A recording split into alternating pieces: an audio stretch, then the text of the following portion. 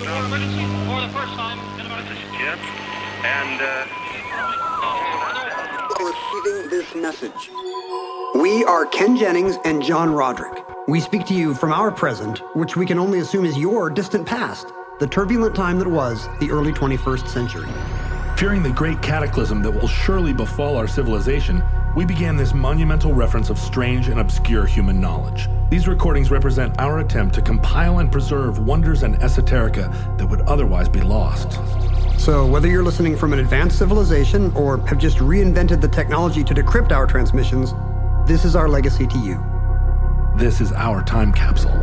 This is the Omnibus.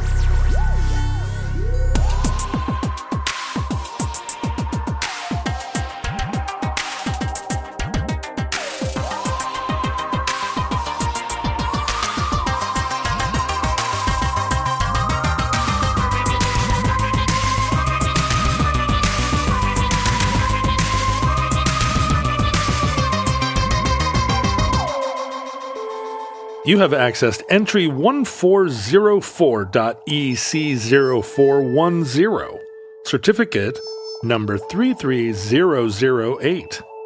Vesna Vulovic. Did it hurt when you fell from heaven? Vesna Vulovic. One of those. Vesna Vulovic. No, it's a Vulovic. It's a Serbian Vulovic. I can never quite figure out the VB. In Slavic. It's halfway between V and B. Well, I don't know. Vesna. I was looking up Serbo-Croatian pronunciation for just this very reason, not because I'm. Oh, you weren't doing that like a week ago? Not because I'm such a well-read guy.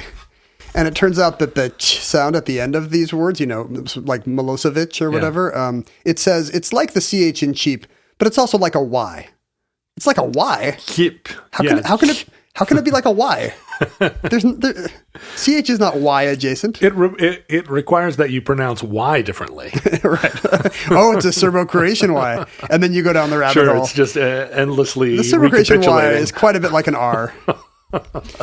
You, as someone with a pilot's license, as someone who has been a pilot. Former someone with a pilot's license. Ex-pilot. Yeah. Does that affect how confident you feel aboard commercial air travel? Yeah. I mean, but by the way, there's no commercial air travel right now. But by the time this gets added to the time capsule in August, it might be kind of gradually coming back, we hope. Yeah, inshallah. I mean, you can fly on a Delta Airlines flight right now. But don't say inshallah. They won't let you on. Only say it after the plane's in the air. That's right. There are like, what did they say? They were like averaging 20 people a flight right now. But I saw a picture of that United flight that had because they said they were going to leave people out of middle seats because then, of course, no one gets sick. Right. If you're no one has to walk past one another. If you're just in a metal tube with people sitting one seat away from you, recirculated air, you'll never get sick. What was the picture of the United flight? Every seat was full. Oh man, that's not social distancing. I guess those are just people that requested middle seats. I really want. For some reason, I have to go to Memphis, and I really want a middle seat. There are things about air travel when you're just like anything. When you have a little bit of experience of the science of it, it's less spooky, right? You don't feel like flying in a jet involves any magic, and so when the plane wants to fly, and so it requires a lot for a plane just in normal weather to experience any stress, enough stress that it would affect the plane flying. So you don't feel stress either? No. I mean, if a plane drops 3,000 feet in a second, I feel my stomach go up, but I know that that's not going to break the plane. When planes crash, it's always human error or mechanical failure. It's never like, oh no, we got hit with a wind. And yeah, it's not as precarious as it feels. But, having been doing it, having started flying at a young age, because I was pretty young when we moved overseas. Yeah. Just doing these transatlantic flights is almost as far back as I can, transpacific flights almost as far back as I can remember. It really does just feel like I'm in a car. Like I don't really have the sense that I'm in a precarious situation. 18 hours of some of those flights. Yeah. I just feel like I'm in the magic tube that turns Seattle into Seoul or San Francisco into Singapore.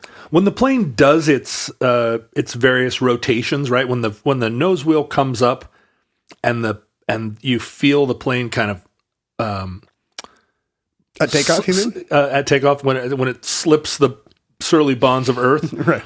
I always feel very excited, and I'm just like, that's always a thrilling moment to me when I see that nose come up, and It's a happy time. I like to be in that moment.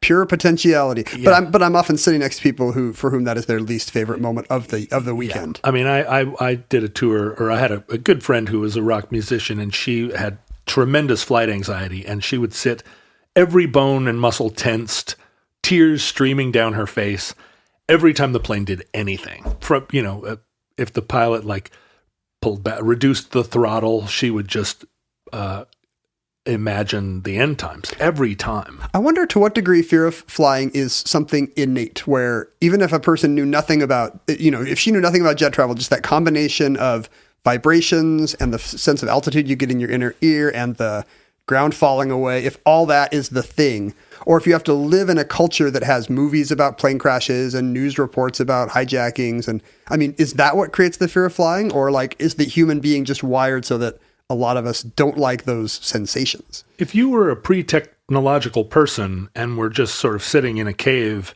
and all of the sensations of air travel were visited upon you, You'd be a prophet. the sound, You'd be the shaman now. but just the sound and the vibration, like you're saying, and the pressure change, it would portend a disaster. I took my daughter flying from a young age, right? For the same reasons. I mean, we travel, and Commercial travel, you're not flying. But I did take her in a small plane.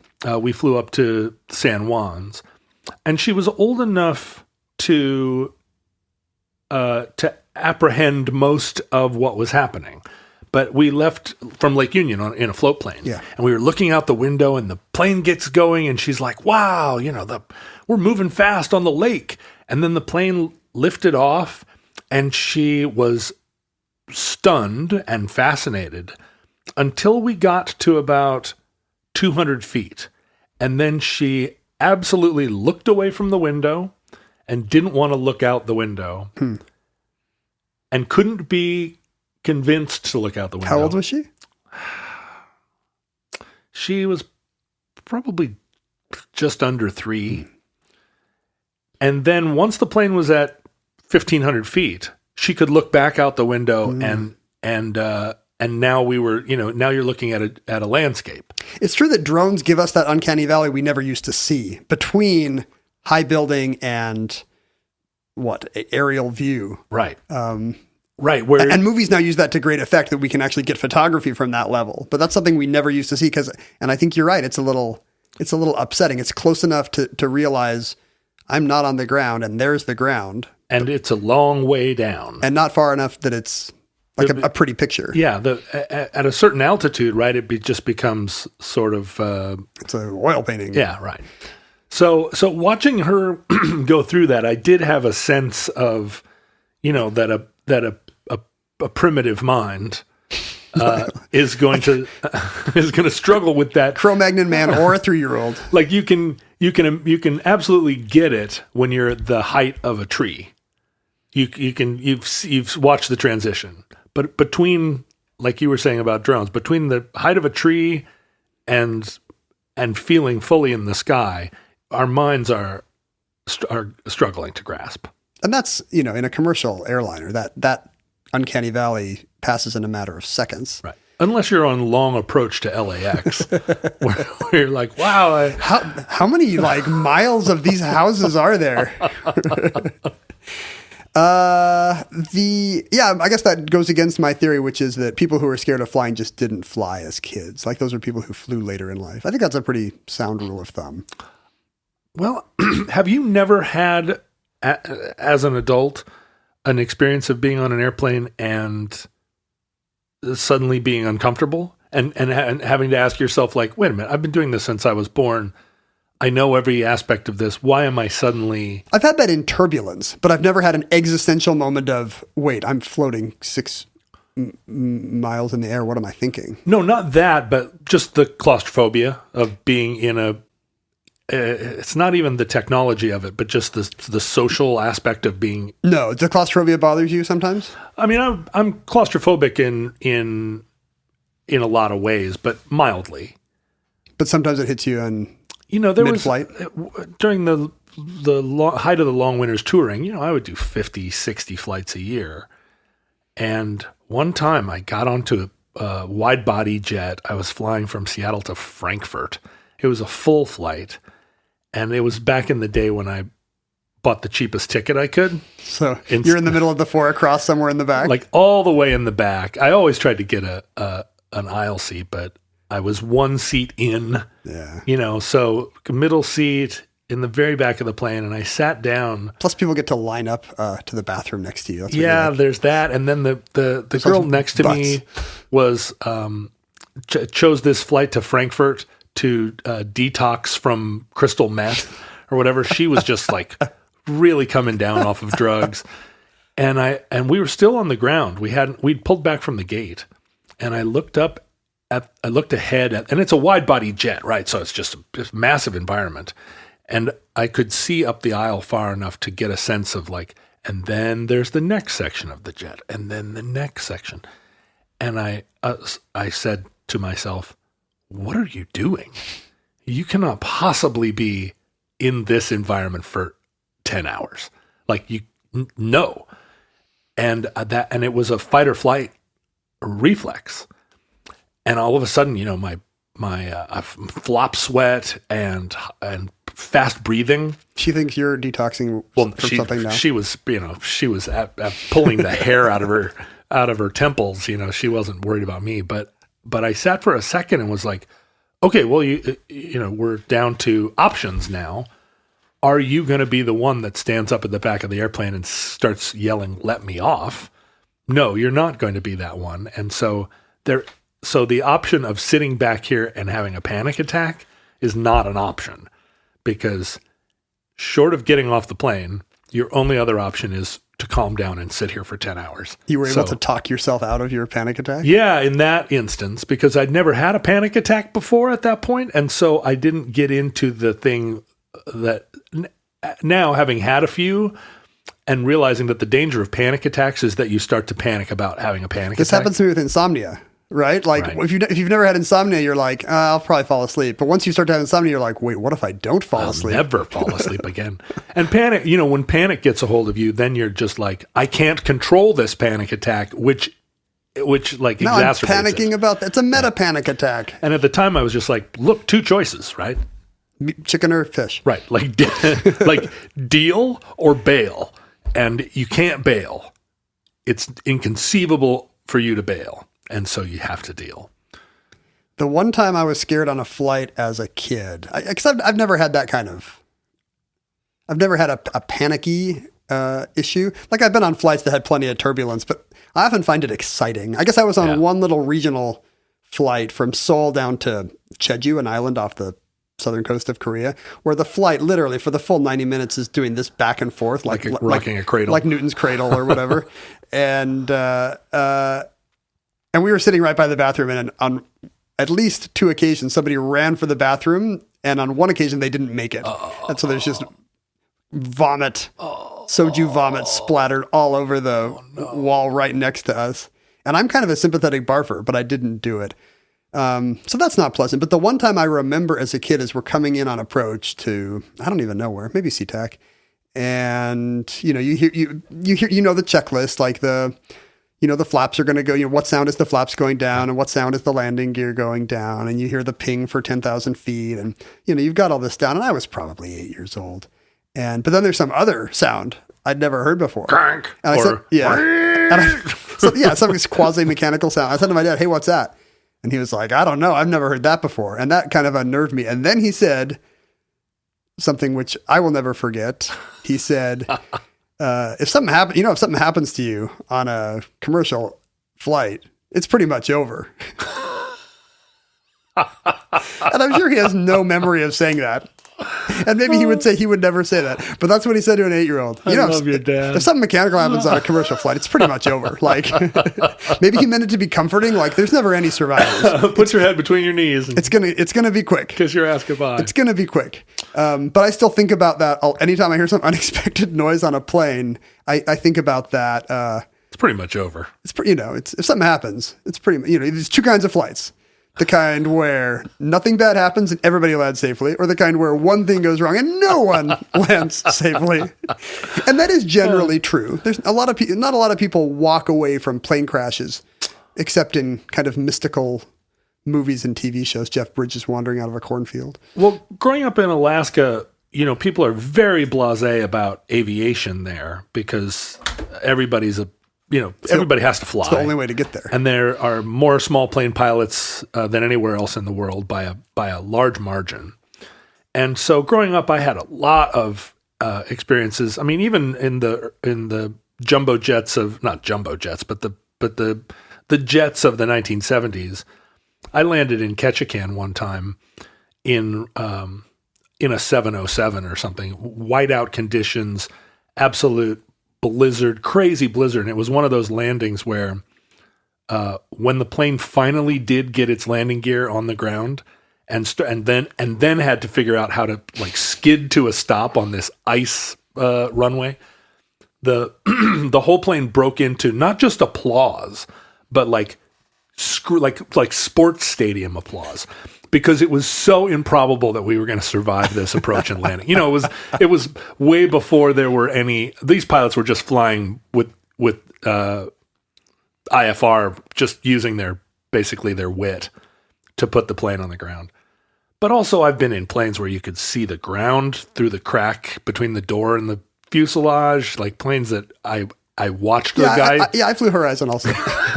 I watched the guy put some duct tape on the thing before. And, my dad was in a plane crash. A lot of these guys crashed their planes.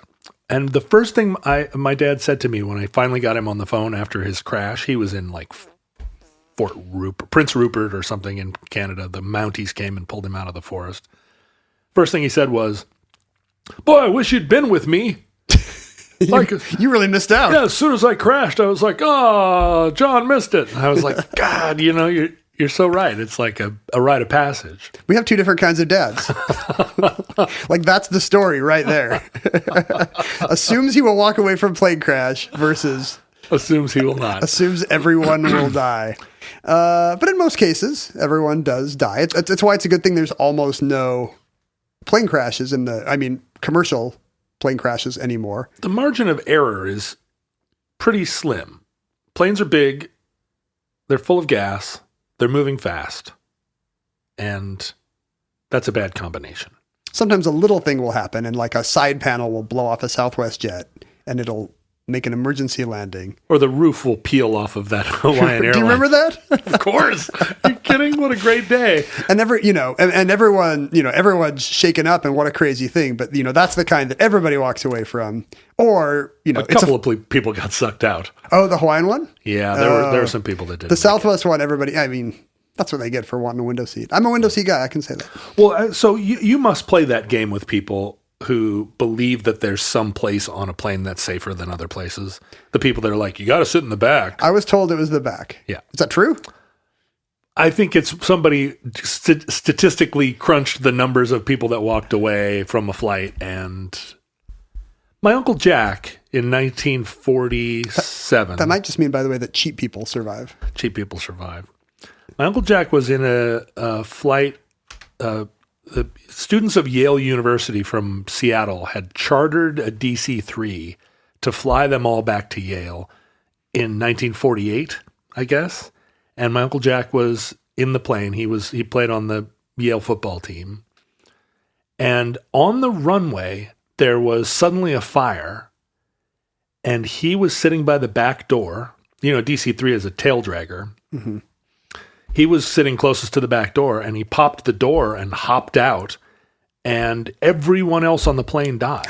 The plane burned, instantly engulfed in flames. And he just thought, I'm not going to wait to be told. I guess back then you didn't. Like back then we were not a wait to be told society. Yeah, and I think those planes weren't. It's not a thing where like sitting at the terminal, the jet was it wasn't a jet, but the plane wasn't pressurized. The opening the door was just like turn the handle. It's like a car, and he just was there. So I think he assumed he was going to jump out, and then everyone was going to follow him. Today there'd be 10 psychological barriers keeping you from doing anything that Six Voices hadn't told you to do over the PA. Well, maybe for you, I'd be right out the. You'd be fashioning some kind of axe from your seatbelt and hammering out your window. Every time a flight attendant comes over and says, "You're sitting in an exit row. Are you prepared to help I'm like I'm way ahead of her. I'm just like, I am ready. Tell me what to do. I will be there. I have studied the brochure. I just say yes and think no, like everyone else. I just say yes, I want the legroom, and they accept that. But I think my Uncle Jack, has over the years had to deal with quite Survivor's a bit guilt? a little of guilt. He knew everybody on the plane, right? They were all college friends, teammates. I mean, did the Yale football program ever come back? No, it wasn't just football players, right? Okay. It was just everybody in the Northwest that was going back to Yale after Christmas or something like that. And but yeah, a real catastrophe. And I've asked him about it, like how could a plane be so engulfed so fast? And he was like, it just happened instantly. Survivor's guilt is a real thing that I've been lucky enough never to experience, but it is something that Vesna Vulovic had to think about for the last 40 years of her life. On January 26th, 1972, she was a air hostess, as they were then called probably, for the Yugoslavian flag carrier JAT. Did you ever fly? I flew Aeroflot, but I never flew JAT. I don't think that JAT was still in business. JAT became Air Serbia at some point in our adult lives. Yeah, but at the time, she was probably wearing a pillbox hat and white gloves. She's wearing matching pumps. Turquoise. She's wearing a turquoise color, which actually figures into the story. She's Yugoslavia. Tito's Yugoslavia was a little more open to the West. Yeah. Than the rest of the Eastern Bloc because he was a free thinker. He tried to set himself. He's like a never Trumper for Stalin. Yeah, he tried to set himself as in a middle place between the East and West. Which means that like low budget Vincent Price movies might film in Yugoslavia, for example. Like there was more cultural and commercial exchange with the West. On my other program, the war movie podcast Friendly Fire, we routinely watch war movies from the 70s that are filmed in Yugoslavia. Is Force 10 from Never on 100% Yugoslavia? And the thing about it is that Tito also had all this World War II armament, tanks and jeeps and stuff that he kept to rent to film people. All these like vintage tanks that still ran. He probably wanted parades for himself too. Well, but sure. You pay the rent on those with who doesn't want the with tanks? Studio fees. So because of that, Vesna Vulovic had actually tasted a bit of the West. She'd spent some time in Stockholm and London as a teen and really liked it was the late 60s. She preferred that to Belgrade, and her parents were not into that and insisted she come home. They're just shop employees or gym instructors or something. Regulars. They're regular snorks. Regular socialist economy, what passes for the middle class. I'm sure a bleak concrete apartment somewhere in Belgrade. And a cool phone, though. They had really cool phones. That's one thing I learned from the East German Museum when I was in Berlin. Really, really great phones. These Bakelite phones, really gorgeous. Sometime I want to do an omnibus about those European phones you sometimes see in French movies where it's got a third receiver coming out the back. Have you ever heard of these? Like a third speaker that comes out the back of the phone. So in addition to the receiver, there's like this second pod on a cord that comes out the back. And I don't know if it's for a second person to listen in. Oh. Or sometimes you'll see the person hold the receiver up to one ear and this to the other. Do you have stereo? Oh. I'm amazed by these. Oh. Anyway, so she has a friend who becomes a stewardess, and she decides she's going to do the same because then at least she'll get to travel a little. And she's only been on the job, I think, like less than a year when she's assigned to Flight 367 that morning in January, it's an afternoon flight coming back from Stockholm to Belgrade. with stops in Copenhagen and Zagreb. I don't know what kind of a... Whoa, it's a real zigzag. I know. Well, plus it's like you're never going to be in the air for that long. Stockholm to Copenhagen is like, right. And then to Zagreb, you're going all the way across. But yeah, why the... but not for long. I guess I don't understand why. Who are those passengers that want to do some combination of those cities? People getting on in Zagreb in order to go to Belgrade? Is that... Oh, maybe. That's the last leg? So everybody just sits on the plane in Zagreb? Is there skiing in Zagreb? No. Well, yeah. I mean, it's close enough. But maybe not in 1972. Nobody's flying from Scandinavia to go skiing in Zagreb. Oh, huh. There are a lot of better places between hither and thither. You fly right over Austria. Vesna is not even supposed to be on this flight, by the way. She gets mixed up with another flight attendant named Vesna. Maybe Vesna is the Serbo-Croatian equivalent of Betty. Yeah. Or maybe all stewardesses are named Vesna. Put a Vesna in your Cessna. Sure. Move. Ding. So that morning you got to get your air horn going. I know. Baruga. And that morning, at least when she tells the story many times in hindsight, she explains the many forebodings that she had of something bad that was going to happen later that day. Oh. And maybe this is common. She had a dream? It's basically the time she spends with the other members of the flight crew. She wants to sightsee in Stockholm, but they just all want to shop because, of course, these are goods you can't get in Tito's Yugoslavia. So they all just want to go buy teapots shaped like rabbits. Yes, brandy, cutesy American garbage, and maybe just like duty free type stuff. I don't know. Oh yeah, sure. Maybe their families live on. Maybe they make a nice second income on the American cigarettes, the Western cigarettes. They can These are called the Marlboros. So is that halfway between a B and a V? Marlboros. Just smoke Camels. It's easier to say. It's not though.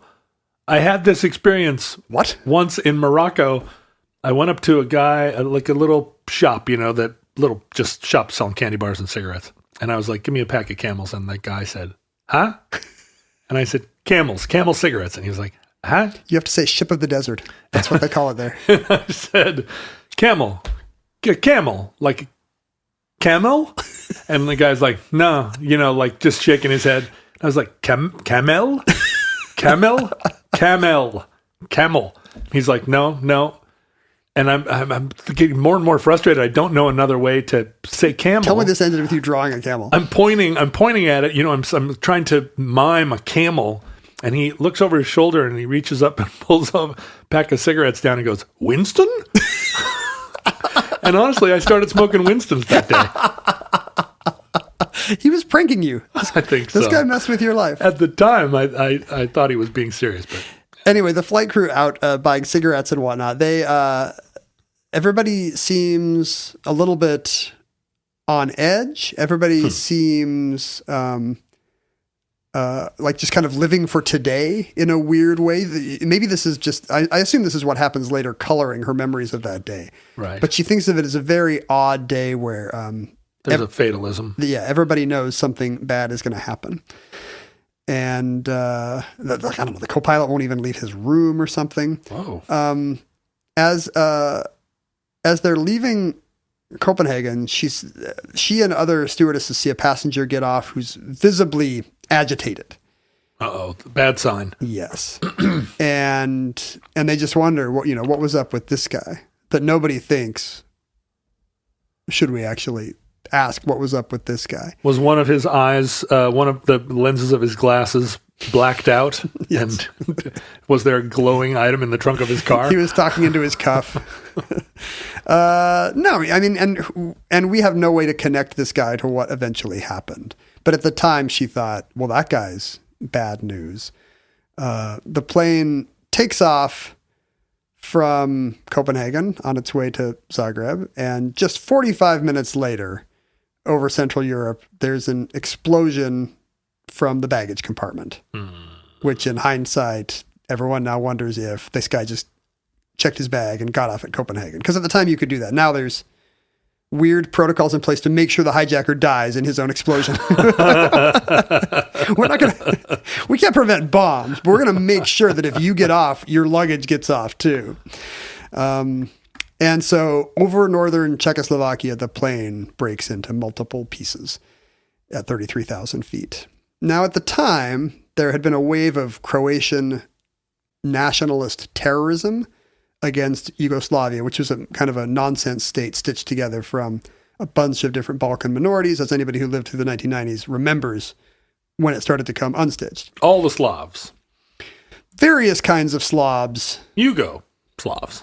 What does Yugo even mean? We looked this up once.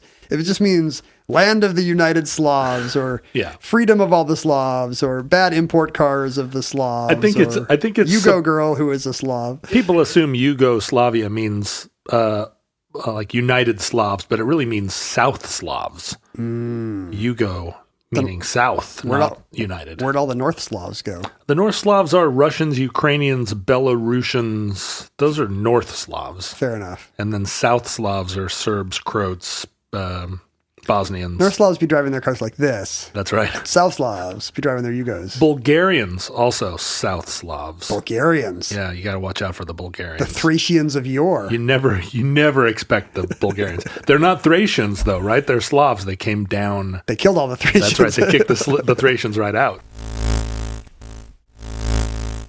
So there had been, in this time period, this decade around the early 70s, there were hundreds of threats of and terrorist actions by Croatian nationalists who wanted a Tito-free self-rule. They wanted, because they had all those nice beaches, and they knew that the tourists from Brighton would come down. And if they would just keep a strip 6 miles wide to keep the Serbs off their beaches and the Bosnians off their beaches, and so there were. I don't think there were many acts of air terrorism on this scale, but the same day that JAT-367 blew up over Czechoslovakia, there was a train explosion in Yugoslavia, and hours after this incident, a Croatian separatist group claimed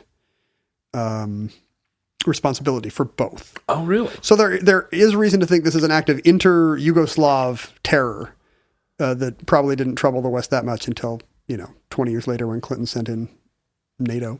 But it seems like if a plane explodes over Central Europe, there would be enough evidence to investigate and come to some conclusion, right?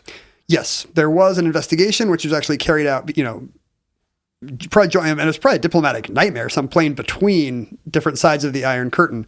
The black boxes were examined in Amsterdam with authorities from both Western European air traffic and Yugoslavian officials there. So there was an investigation, but there was never any definitive, nobody was ever brought to justice, I guess, for the attack. And of course, when a plane blows into multiple pieces at 33,000 feet, it's catastrophic. The cabin immediately depressurized. There were 28 people aboard, most of whom were sucked out, Hawaiian Air style. It's not super aloha. Temperatures are 60 below. It's really, really inhospitable conditions. It's no longer the friendly zone. It's no longer the friendly skies. Yes, right. It's the death zone, as the rejected airline slogan says. At the time of the explosion, Vulovic was apparently, by most accounts, in the rear of the plane. So there you go. And wedged, not at the time, but after the explosion, was wedged between some kind of bulkhead. I just lost the word for what a wall is in the air. There it is. It's a bulkhead. And the food cart. So, next time you have a panic attack in the back of a wide-body jet, just wedge yourself between the bulkhead and the food cart and see if the flight attendants let you get away with that. That's immediately where I go. You're like, sir, take your seat. I'm just trying to see if you have diet, if you have Fresca. Sir, we don't have Fresca. So she plummets to Earth in the back of this chunk of the fuselage from 33,000 feet. Oh, she's not thrown out of the plane. She stays in the tail. She stays wedged. And in some part of the fuselage, in some accounts it's the tail, in some part it's a slightly forward chunk of the fuselage. But either way, it's toward the rear of the plane. And she lands on a hillside, or this chunk of the plane lands on a hillside. You're kidding me. She rides it all the way down? Northern Czechoslovakia, and lands on a it's a snowy forest. Yeah. So it's the fall is, at least hypothetically, cushioned twice, once by tree branches and then once by 6 feet of snow. Well, and also probably by whatever drag the tail section. I mean, if it had the entire tail with the It's got the ailerons and fin whatnot. thing, yeah. It could have slowed the descent a little, maybe. And plus, you don't need, 33,000 feet is not 10 times worse than 3,000 feet. It's exactly the same because of terminal velocity. Because of the density of the atmosphere, there's only so fast you can fall. Otherwise, if there was no atmosphere, you could keep accelerating forever, or at least until you hit northern Czechoslovakia. And northern Czechoslovakia is a very mountainous region, but the border of Czechoslovakia and Poland is kind of the beginning of the foothills of the Carpathian Mountains, and it's or not foothills. What am I saying? It's a proper mountain range, and it's not Eastern Europe. We don't want to call the Czech Republic Eastern Europe. Central Europe. They get very angry because we grew up in a time when if there's tanks rolling in, it's Eastern Europe. Right. It doesn't matter what the map says. But it's fairly close to it's a rural mountainous area, but it's fairly close to a village. And very soon after the crash, a woodman named Bruno Honky. See, this is what I miss about the world. We don't have any woodmen anymore. Good thing there was a woodman and there. Woodmen used to do so much work. Well, yeah, deforestation. Well, that, but also didn't woodmen, didn't they rescue Little Red Riding Hood? Sure. Like they're always attacking the big bad wolf. Yeah. They've got good fairy tale representation, better than most jobs. Right. Everybody back then was a woodman or a cobbler. If you couldn't fix shoes, you were a woodman. That was the difference between blue collar and white collar back then. And he comes up he is the first one on the site, or at least the first person to find this chunk that has fallen intact. And he sees a pair of legs sticking out Wicked Witch of the East style with these turquoise Serbian Air stiletto heels on them, but the heels knocked off by the impact. So her shoes are still on, despite, you've heard of these accounts where explosions knock people's shoes off somehow? Yeah. Which have always mystified me. Like the shoes seem like the part of my outfit that's the most firmly attached to me. It took the longest to pry them onto my body. I guess I always assumed that you were just knocked out of your shoes, that the shoes stayed on the ground. With smoke coming out of them. Yeah. But still, think how unlikely that is. Like, of all the parts of your body you could launch out of, like, my shirt, I didn't have to leverage onto myself, but I have a separate spoon by my front door to pry my shoes onto my feet. Right. And yet people are just blowing out of their shoes at all times. Anyway, in her case, her shoe stayed on, but the stiletto heels that Tito was making her wear had blown off. Well, it's a cheap Yugoslav shoe. Right. Those cobblers, right? They should have been woodmen. Maybe she should have bought nicer Danish shoes while she was there. Instead, she wanted to sightsee. She wanted to go to Tivoli. Luckily, Bruno Honky is both a honky and a medic. He carried stretchers for Hitler in the Great War 30 years earlier. And so he is able to administer first aid to Ms. Vulovic. He's surprised to find she's still breathing, although in a coma, and gets her back to civilization. She's in a coma for days. But she finally awakes. Not her body isn't broken. She's protected by this food card, and her body is incredibly broken. I see. Her skull is fractured. Oh. She's three vertebrae broken. She's broken both her legs in multiple places. She has multiple broken legs and a fractured pelvis. She has multiple broken legs? Yes. How many? Sorry, she has both legs broken in multiple places. Right, okay. But that's, two is multiple. Sure. I would say. Sure. You're right. I mean, you're on the record as thinking 3 is a couple. 3 is a couple. Do you think 2 is multiple? I'm gonna fight for that. That's the hill I'll die on. Because the internet loves it. Yeah. The internet agrees with you unanimously on this. 3 is a couple. My daughter agrees, but her mother doesn't, and my mother doesn't. I think many men are in the situation of thinking 3 is a couple and having the women in their life disagree. Anyway, she is broken. Her body is broken in so many places. Nobody can believe she's alive. And of the other 27 people on this DC-10, there are no other survivors. But when she wakes up in a Czech hospital, and I guess because she wakes up in a Czech hospital, do we have to... Is this a defenestration? Does it count as a... Wow. Well, no, because she didn't actually... The window fell with her. Is the circle formed by the fuselage cracking in half of a DC-10, does that become a window when it opens up? I wonder. I I don't know. But the doctors cannot believe that when she comes out of the coma, she is paralyzed from the waist down, but apparently okay. The first thing she does is ask for a cigarette. Hear, hear. A woman after my own heart. And she's told she's going to be paralyzed from the waist down, but in fact, within a year, she is up and walking, although with a limp. She'll walk with a limp for the rest of her life.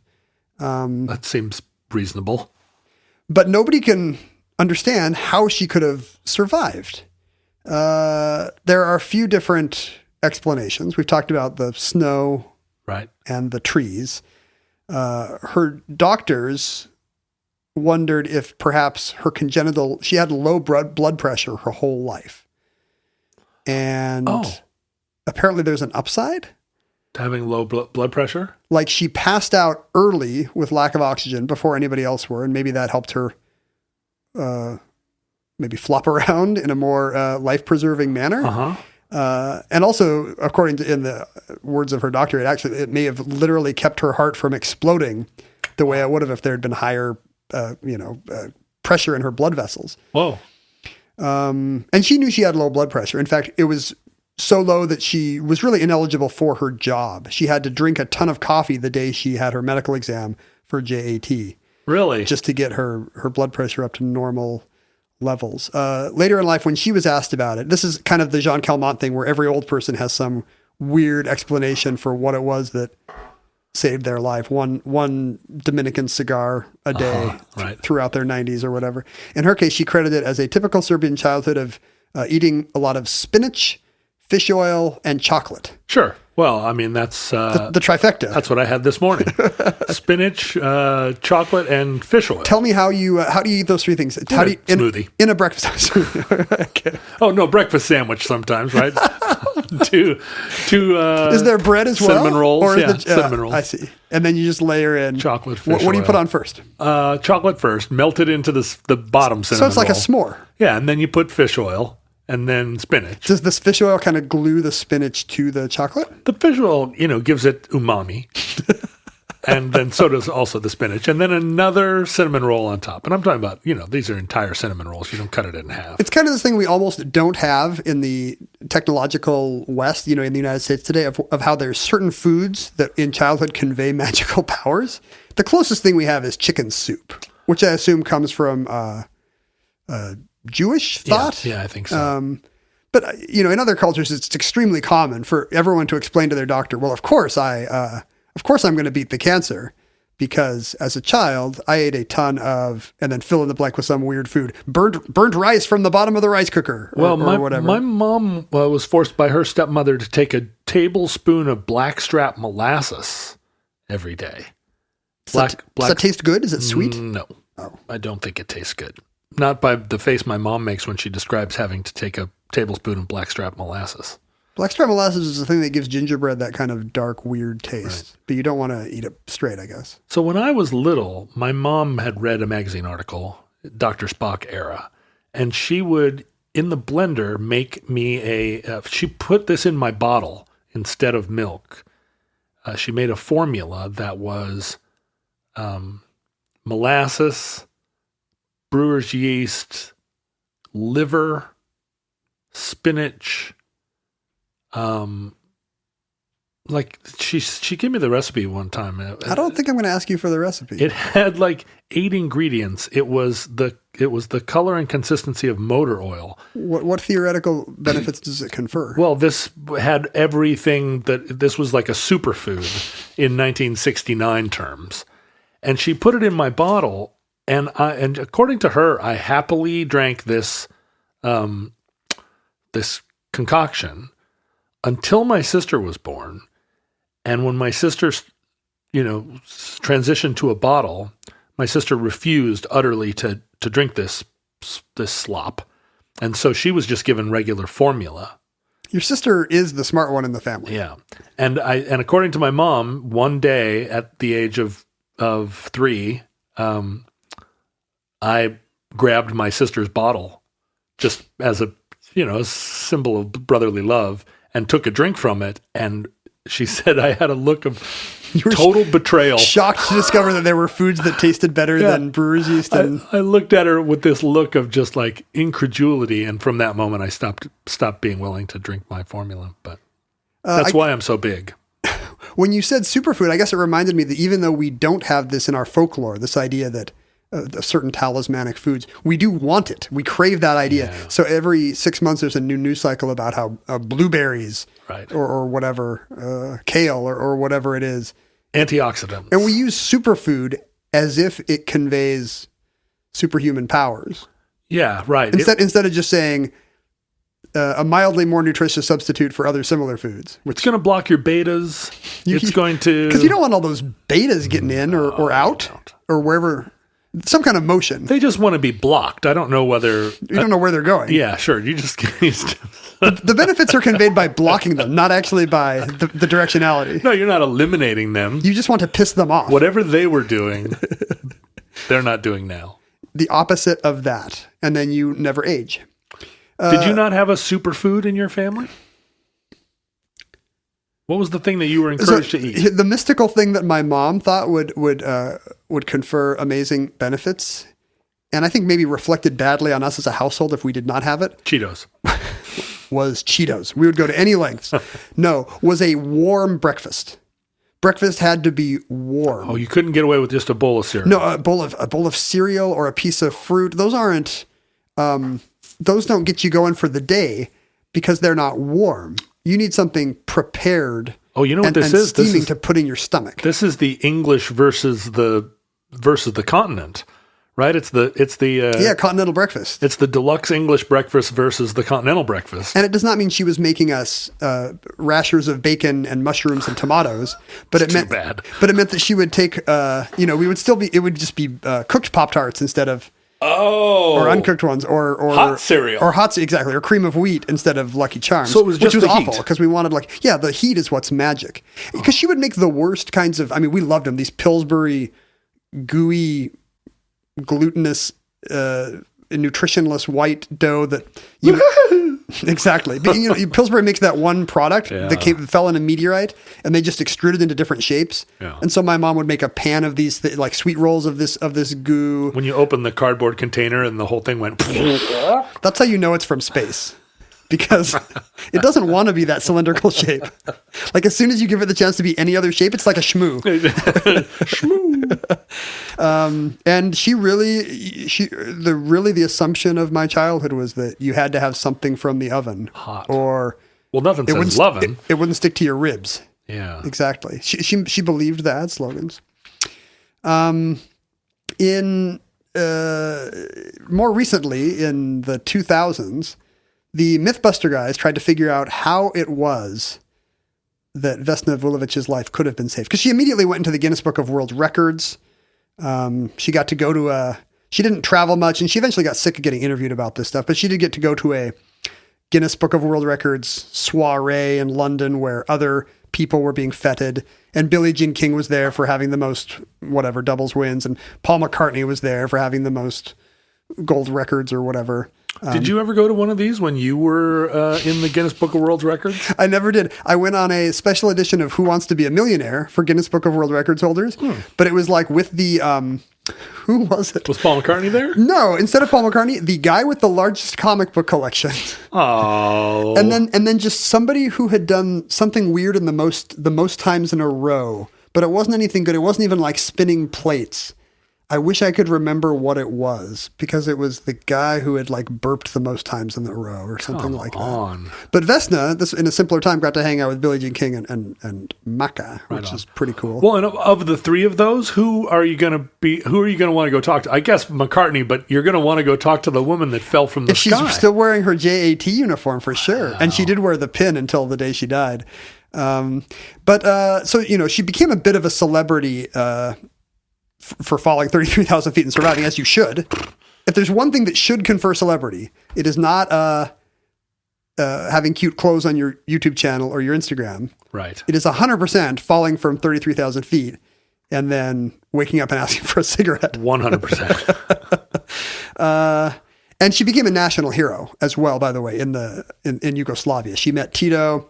A Serbian folk singer named Miroslav Ilic wrote a song about her called, I think, Vesna the Stewardess, Vesna the Air Hostess or something. Nice. Sounds like a Zappa song, but yeah. Vesna the Air Hostess. And Bruno, she was so famous that Bruno Honka, the woodsman?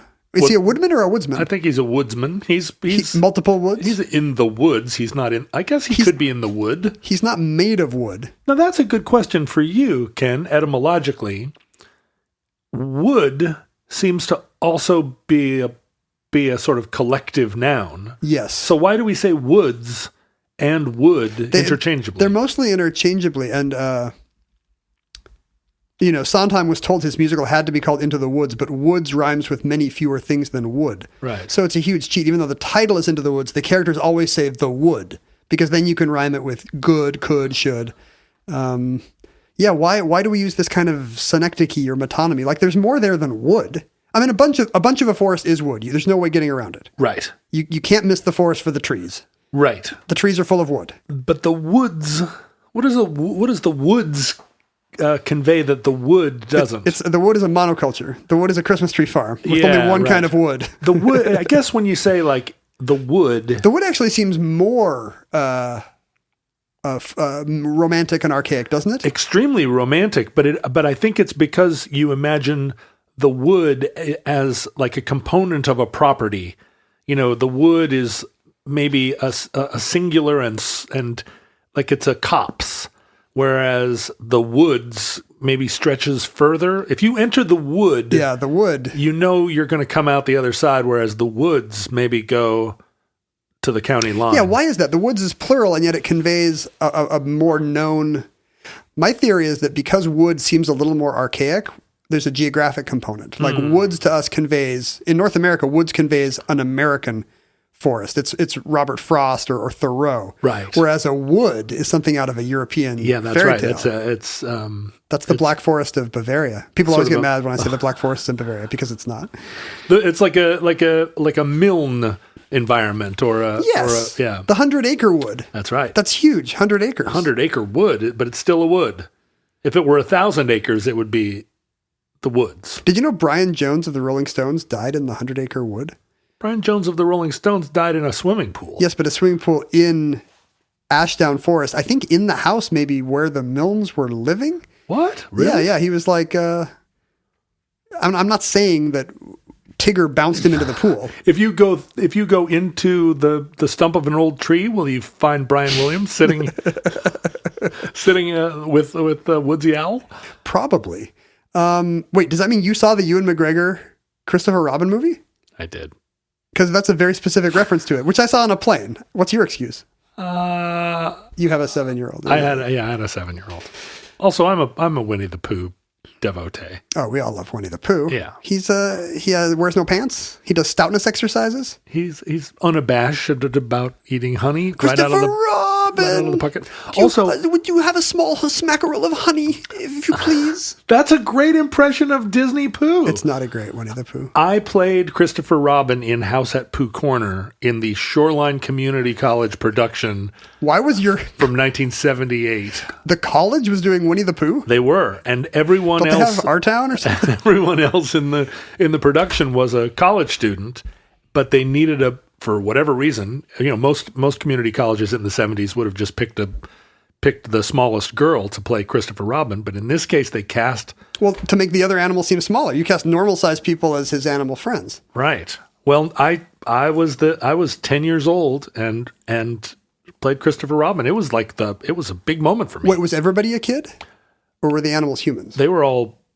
Were the animals college students? They were all 20 years old. Except for Christopher Robin. Oh, that is weird. And, and there's songs and there was dancing and... I was just hearing about, who told me this story?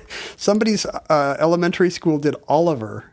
Is this my wife's story? But the faculty all wanted to be in it. So the kids played the orphans and then like the teachers were all cast as the speaking parts. Lame. Pretty lame. So give me a line. What kind of thing would Christopher Robin say? Oh, he would say like... Oh boy, I used to be able to do so many lines from House of Pooh Corner. You could do your whole spiel still? And now I'm on my... I can still do some lines from the Oresteia. Here, I'll set you up. Christopher Robin, would you give me a small smackerel of honey, if you please? And then what do you say? Well, it's funny. When I started in the production, first few rehearsals, I tried to do Christopher Robin with a British accent. Were you told? And then the director was like, just do it. Just do it in a normal kid voice. As I said, I don't know how we got on the track of that. How did we get on the track of that? Woods. Oh, the Brian woodsman Jones, came. yes. So the woodsman actually named his granddaughter Vesna in honor of his brush with fame. One more Vesla. Did she become an air hostess? Oh wait, Vesna. Why am I saying Vesla? It's not. Vesna. It's not Vesla in a Tesla. It's Vesna in a Cessna. That's how you remember it. Vesna. Yeah, I don't know what happened to Vesna Honky. She was named Honky, so it's unfortunate. She's probably in an Elton John song. Only unfortunate now. At the time, it was considered a badge of honor. Well, her name was originally Vesla Peckerwood, which was crazy. So when the Mythbusters tried this thing, they just had they got a chunk of a plane fuselage and put a crash test dummy in it, kind of wedged between a bulkhead and a food cart, and had a Sikorsky S-58 lift it into the air. And they lifted it to 2,000 feet, which is high enough for terminal velocity. And they dropped it. And it really, the dummy Buster did not survive impact. Buster was busted. Buster was busted, yes. Hence the name.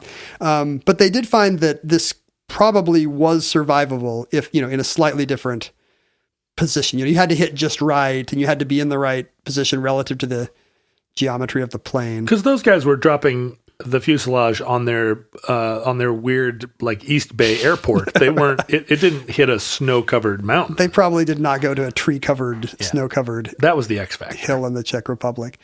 There is a conspiracy theory to explain why she alone survived. Oh, of course there is. Are you into this? this? I'm sitting up in my chair now. In 2009, some German magazine reporters released a bombshell finding that, in fact, JAT-367 had been shot down by Czech air defense in some fashion, either a surface-to-air missile or even a missile from a MiG fighter jet, which was scrambled. Oh, boy. Because this village was near some military target, and they didn't recognize it as a commercial plane or didn't care. There is a giant Czech military base in that part of the Czech Republic, and I know that because having studied maps of... Because you infiltrated it. I did. I snuck in, and I realized that it was a giant cinnamon roll factory. You lowered yourself from the ceiling like Tom Cruise, only to find it was an empty concrete bunker. They were just making lace doilies, one of the main outputs of Bohemia. Were they in uniform? Were they in full military uniform making lace doilies? Lace doilies, yeah. That's crazy. It was just like every James Bond movie, and they were all beautiful. All beautiful women.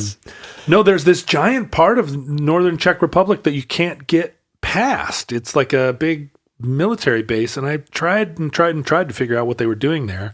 But it kept me from doing what I wanted to do, which was go from here to there across this place. You're just trying to find a path that goes through. Yeah, it was like, come on, there's got to be and everything in that part of the Czech Republic is funneled down to a super highway that kind of goes around this thing. It happens with our air base here in the Northwest. Yeah. It's the only place traffic always backs up is by Lewis McChord. Because you want to go from Tacoma to Olympia by any other route. It's government. It's top secret. Yeah. The movie. So what? Any evidence to support this? The reporters, in their own words, said they had many indications but no evidence. All their arguments are circumstantial, but there were many eyewitnesses who reported seeing a second plane.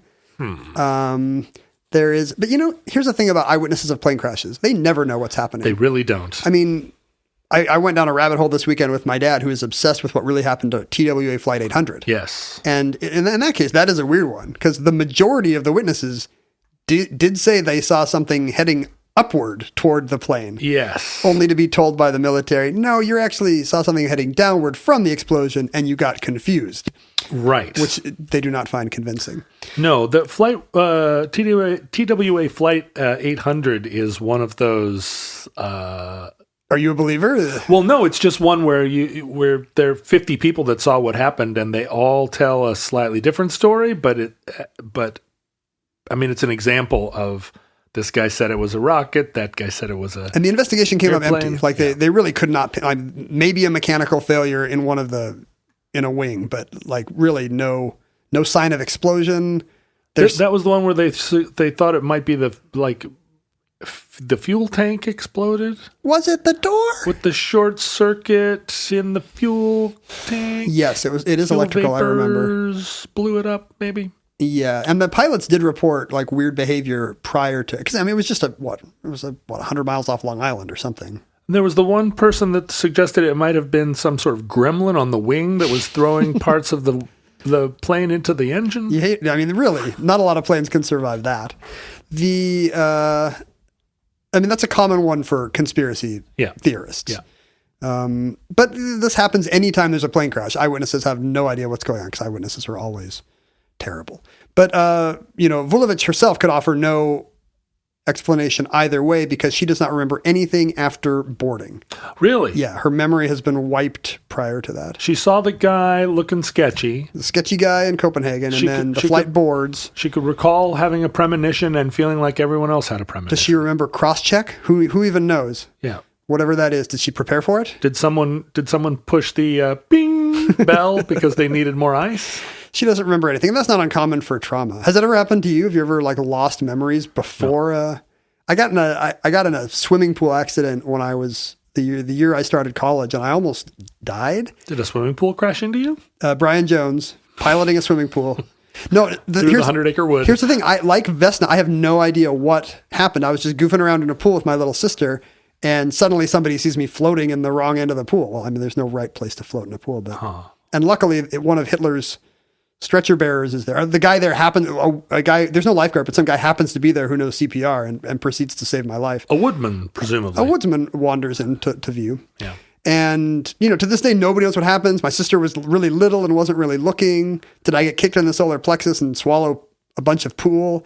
Nobody really knows what happened. But I don't remember, like the whole day is gone. Wow. I had watched episode 5 of Ken Burns' The Civil War that morning and then gone to hang out at the pool. And then, a week later when I come home from the hospital after my parents being told I'm going to have brain damage or whatever, I make it home like less than a week later and I put on episode 5 of the Civil War and I have no memory of who wins Vicksburg. Like it's as if it never happened. Maybe this is the secret. We've been looking for the secret of your superpowers, and maybe this is your origin story. No, here's the thing. I was smarter before. This is we have no evidence of that. This is like dueling left-handed. No, you have to take my word for it. So nobody can say really the fact that the black boxes were examined in Amsterdam and the flight data actually says no, this flight was not, because in the German reporter's view, the reason why she survived is because it happened the plane was actually at a much lower altitude. Huh. But like you say, terminal velocity, none of that matters. Sure. If it's above 2,000 feet, who cares? I mean, at 30,000 feet, you can't live, but you could pass out and survive the presumably, 1 minute that it would take to fall? It won't be that long. Yeah. And especially if you have low blood pressure and can fall in some floppy cat way. Floppy ragdoll way. After the accident, Vulovic, now a celebrity, wants to go back to her old job. She is tough as nails. And when she flies, of course, people think of her as a good luck charm. Everybody wants to sit by her. Right. I would think that's somebody whose number was up. I would sit as far away as possible. And maybe that's what the airline's thinking, because they do not want somebody on their planes who's a symbol of JAT, plane crashes. Yeah, sure. She has moved to a desk job handling their freight operations, even though she's annoyed. That's pretty annoying. I find that annoying. She wanted to keep handing out Pepsi, I'm sure the only beverage they had on JAT. I mean, I would have made her a vice president of the airline. I know. Put her on the tail like the Inuit guy on Alaska. She was physically she was fine. She was not traumatized because of the amnesia. She would watch movies about plane crashes and enjoy them. Whoa! But she did feel a lot of survivor's guilt. Lost a lot of friends that day. I mean, they were probably just acquaintances, honestly. Yeah, but I guess survivor's guilt doesn't matter. Even, if 28 people die under your charge and you're the only survivor, it doesn't matter whether you knew them or not, I guess. Like, just the fact that you were chosen by the hand of fate is troubling to people. Yeah. And I got to say, she used her fame for good. In the 90s, after Milosevic's Serbian Nationalist Party took over Yugoslavia, she opposed him. She used her celebrity to oppose him. She was a vocal... and then later the ultra-right parties that spawned in his wake, she would actively campaign from within. She wasn't living in Amsterdam at this time. No, she stayed in the East. She lived and died in Serbia. In 2000, when Milosevic actually lost, she was one of the local heroes up on the balcony giving victory speeches, Václav Havel style. Right. So she really became a symbol of the future of Serbia, and she lived till 2016, 4 years ago. After her neighbors hadn't heard from her, somebody opened her door and found that she had died of a heart attack in her apartment. But she lived for 45 years after her incident. And you'd think, I don't know, if that happened to you, what would it do to you? Would you become an optimist? Would you become a pessimist? How would you see your life differently if you wandered away from the plane crash like Jeff Bridges in that movie? I do feel like there's a thing that maybe accompanies people through life, where you're wondering if it's where you have to imagine, like, is there something that's going to interrupt the course of my long life? Where you imagine I'm going to live to be 85 or 90 years old. I assume I will, but is there somebody that's going to, a car coming out of nowhere, something going to kill me before my natural span? And if this happened, if you fell out of the sky, fell 30,000 feet and were discovered by a woodman, I think you would feel like you'd survived your encounter with the salmon moose or whatever, and now you were safe. You were free to live it out. I might feel the other way. I might feel like I had I'd used up all my luck at once. Oh. Because I feel that way in my normal life. Like I've been weirdly insulated from bad luck, and I keep having really kind of appallingly good luck. And when's the tumor coming? Well, yeah. I mean, because we all have a finite amount of luck. I don't wish get to zero. a tumor on you, but I do want to see you chop down a peg. Just a peg, though. just a peg, just a normal peg. You're not wishing my death. No. I just think that you're having your house painted right now, and I wouldn't mind if it went a little bit over budget. What if I dislike the color? Yeah, exactly. You're like, oh, I thought it would be a little more gray. That's a little too blue. It's like so beigey. I feel like of the 9 lives that I was granted, I feel like I've used 6, but I'm being very careful with the remaining 3. So you're like me too. You believe there's a finite amount of karma you can abuse. Vulovic told an interviewer, "Everyone thinks I am lucky, but they are mistaken. If I were lucky, I would never have had this accident." And then she goes on to say, the accident ended up ruining her parents' lives. And she says, maybe I was born in the wrong place. Maybe it was a bad place. She actually believes she was born under a bad sign. Lucky people never have a plane blow up at 33,000 feet. Interesting. I mean, it is an interesting way of seeing it's a huge theological question, right? Right. Where, if you're a religious person, you have an impulse to thank God for the good things that happen to you. They are literally blessings. He has pointed a wand with a star at the end at you and made something good happen.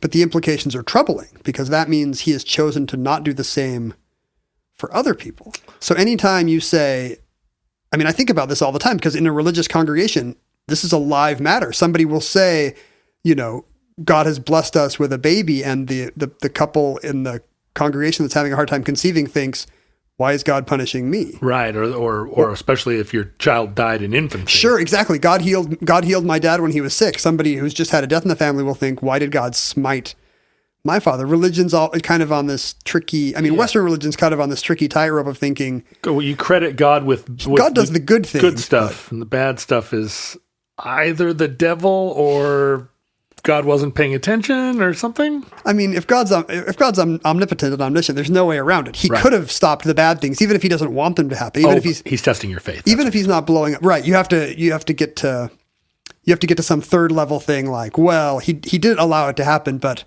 for some good we don't see. Or he has to let both happen for us to learn these lessons, but he'll make sure more good happens than bad. Or the bad will be temporary, but the good will be longer lasting. You have to have shenanigans like that. Even in a secular context, I think a lot of people regard a successful life as one where you're able to live it without ever really sticking your head up above the parapet. Yeah. You know, like you don't become famous or known. What you have is a healthy family who love you, and you all have, meals together. And then in the end, you die peacefully without ever having felt any hardship or doubt. I think that's 100% correct too. I think that life is actually better. And I think a lot of one people that comes with want fame it. and fortune. But in this case, she, as a result of her accident, became famous, and then it turns out played an important role, or a role in the larger world of politics. And from our standpoint, yours and mine, people that have achieved a certain some amount of notoriety in the world, it seems like that would be an evolution or an improvement. She was plucked from obscurity and made into someone who mattered. But you could honestly see that as a curse. Or a lot of people, I'm assuming, would think, couldn't I have just lived a quiet life? The most optimistic thing she could ever think to say, the lesson she learned from her fall, was, if you can survive what I survived, you can survive anything. And I guess that is true. If something bad happens to you today, John, or a future listener, you can think to yourself, at least my plane didn't just depressurize at 33,000 feet over a mountain in Czechoslovakia. I mean, not literally, emotionally. Yeah, there's one time you can't tell yourself that, which is if your plane is depressurizing at 33,000 feet. But I feel like emotionally my plane depressurizes at 30,000 feet like every other week. But if you had to choose between an emotional depressurization and a JAT Flight 367 one, you would probably take the moment of crisis arguing online or something, right? Boy, I don't know.